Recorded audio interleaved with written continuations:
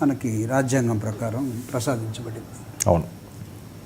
అయితే మీరు అన్నట్టుగా మనం మాటలు నేర్చుకునే వయసులోనే బుడిబుడి నడకలతోటి చిన్న చిన్న మాటలప్పటి నుంచే తల్లిదండ్రులు కొంత సంస్కారం నేర్పుతారు. మామయ్య వచ్చాడు, నమస్కారం పెట్టు, అత్తమ్మ వచ్చింది, కాళ్ళు మొక్కు. ఇంకొంచెం పెరిగి పైకి వచ్చే కొద్దీ అబద్ధాలు చెప్పొద్దు, బూతులు ఆడొద్దు. ఇవన్నీ మామూలుగా మన కల్చర్లో ఉన్నటువంటి అంశమే. సుప్రీంకోర్టు దీన్ని గుర్తు చేసేంత వరకు ముందు అంటే ఇది మనకు తెలియని సబ్జెక్ట్ అయితే కాదు.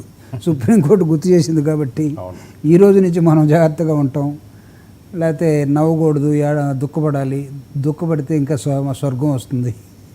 ఇవన్నీ ఏమో కానీ కొమ్మినేని గారికి ఒక అన్యాయమైనటువంటి అరెస్ట్ జరిగినప్పుడు సుప్రీంకోర్టు అండగా నిలబడింది.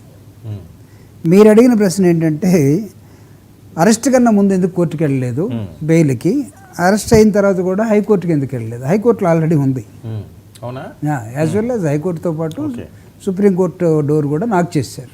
అంటే నేను ఎందుకు ఈ ప్రశ్న తీసుకొచ్చానంటే దీని మీద చాలా ఎక్కువ ప్రచారం జరుగుతుందండి. ఈరోజు అడ్వకేట్ కూడా మీరు బెయిల్ కావస్తే అక్కడికే వెళ్ళండి, హైకోర్టు నుంచి మీరు అప్పీల్ చేసుకోండి, సుప్రీంకోర్టుకి ఎందుకు వచ్చారని ప్రశ్నించాడు జడ్జి ముందే. అందుకే నేను అన్నాను అసలు ఏంటి ఇందులో ఏమైనా ఉందా అని. అవును, హైకోర్టులో లేకుండా కాదు, హైకోర్టులో లేట్ అవుతుంది అనే ఉద్దేశంతో ఆ ఆప్షన్ కూడా వాడుకున్నా వాళ్ళు ఇమీడియట్గా ఇచ్చేసారు. సో ఇక్కడ ఆప్షను ఇంకా ప్రాసెస్లో ఉంది ఇక్కడ ఉన్నటువంటిది. రెండవది, మీరు అరెస్ట్ కన్నా ముందు బెయిల్ తెచ్చుకోకపోయారా అంటే నాకు తెలిసి కొమ్మినేని గారిని అరెస్ట్ చేస్తారన్నదాకా ఆయనకు ఆలోచన కూడా లేదనుకుంటా. ఓకే, ఎందుకంటే ఇప్పుడు something like you're also a moderator. ఇప్పుడు నాతో పాటు కొంతమంది రావచ్చు, లేకపోతే మా ముందు వాళ్ళు ఉండొచ్చు, గొడవ పడవచ్చు, పోతూ ఉంటారు. సో ఇది ఒక ప్రత్యేకమైనటువంటి ఘటనగా, దురదృష్టమైన ఘటనగా చూడాల్సినటువంటి ఒక పరిస్థితి ఏర్పడింది రాష్ట్రంలో. అంటే ఆయన ఏజ్ని బట్టి 70 సంవత్సరాలు కాబట్టి అని నేను అనట్లేదు, లేకపోతే ఎక్స్పీరియన్స్ ఉంది ఒక 50 సంవత్సరాలు మీ ఇండస్ట్రీలో. మీ ఇండస్ట్రీ అంటే జర్నలిజంలో. సో అది కాదు నేను అనేది. జనరల్గా మోడరేట్ చేసేటప్పుడు యాంకరు తర్వాత వచ్చినటువంటి మాలాంటి వాళ్ళు కొన్ని పద్ధతుల్ని పాటించకపోతే అంటే దాన్ని డెకోరం అంటాం జనరల్గా. సో కొన్ని లక్షల మంది చూసేటువంటి టీవీ ఛానల్స్లో మేము ఒళ్ళు దగ్గర పెట్టుకొని వాడే భాష కానీ, బాడీ లాంగ్వేజ్ కానీ, ఇచ్చే సబ్జెక్ట్ కానీ ఉండాలనేదే నాకు తెలిసి సుప్రీంకోర్టు డిబేట్స్లో దాన్ని గుర్తు చేసింది. అవును, హౌ టు కండక్ట్ డిబేట్స్. డిబేట్స్లో నవ్వితే ఏడిస్తే అరెస్టులు ఉంటాయా అంటే ఒకడు మాట్లాడిన దానికి నవ్వకుండా ఏడవకుండా ఉండే అది ఇక మోగతనం అవుతుంది. సో కాబట్టి వీటన్నిటిని గుర్తు చేస్తూ మోడరేటర్స్ కూడా కొద్దిగా ఒళ్ళు దగ్గర పెట్టుకోవాలి. బిహేవియర్లో కానీ వీటన్నిటిలో వాక్ స్వతంత్రం ఉందని ఎక్కువగా పోవద్దు. ఇది రాజకీయ నాయకులకి చెప్తే ఇంకా బాగుంటుందేమో, రాజకీయ నాయకులకి ప్రధానంగా. ఎందుకంటే వీళ్ళే కదా ఎక్కువ అబద్ధాలు చెప్పేది, తర్వాత మేనిఫెస్టో దగ్గర నుంచి మొత్తం చేసేస్తామని అడిగినా అడగకపోయినా చేయలేక ఇబ్బంది పడటం ఇవన్నీ జరుగుతున్న నేపథ్యంలో. సరే, anyhow the happiest thing is కొద్ది రోజుల్లోనే, పోయిన ఒక 4-5 రోజుల్లోనే ఆయనకి బెయిల్ రావటం అనేది కొంచెం సంతోషించాల్సినటువంటి విషయం.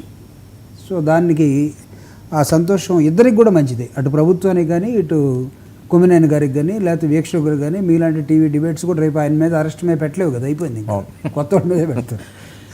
ప్రభాకర్ గారు, మీరు ఏంటంటే ఎప్పుడు స్ట్రైట్ ఫార్వర్డ్గా ఉంటారు, ఏదన్నా ఓపెన్గా మాట్లాడతారు. నేను ఒక క్వశ్చన్ అడుగుతాను, నాకు స్ట్రైట్ ఫార్వర్డ్గా ముక్కు సూటిగా సమాధానం చెప్పాలి. మొన్న జరిగిన ఈ అంశాన్ని మీరు సమర్థిస్తారా? దేన్ని? ఆ డిబేట్లో జరిగిన అంశం, కృష్ణరాజు గారు మాట్లాడినవండి, లేకపోతే ఆయనకి వీళ్ళిద్దరి మధ్యన జరిగిన ఆ సంభాషణ. సమస్య లేదు, ఎందుకంటే ఆ పదము అసలు వాడటమే రాంగ్. అది నేను ఆ పదాన్ని మళ్ళీ చెప్పలేను. అవును, చెప్పొద్దు కూడా, ఎవరో చెప్పొద్దు కూడా. అదేంటన్నా తెలుసు కాబట్టి మనం మళ్ళీ అది ప్రస్తావించదు. ఇప్పుడు ప్రతిపక్షం ఏం చేసిందంటే వీళ్ళు ఒకసారి ఆ పదం అనేసి వదిలేశారు, ప్రతిపక్షం పేపర్లో ముద్రించేసింది, టీవీ డిబేట్లో పెట్టేసింది. వీళ్ళు ఒకసారి అంటే మేము 100 సార్లు చెప్తాం అన్నట్టుగా చెప్పేశారు. అందుకే నేను ఆ పదాన్ని వాడట్లా, సమర్థించే సమస్య లేదు. But at the same time వాడారు, వాడితే అరెస్టేనా? అదేనా? అది కరెక్టా? కరెక్ట్ కాదనేది ఈరోజు సుప్రీంకోర్టు చెప్పింది కదా. అది వాడిన అతను వేరు, నవ్విన అతను వేరు. అంటే తోడుకోడలు నవ్విందని చెప్పి తోడుకోడలు కూడా శిక్షిస్తామా?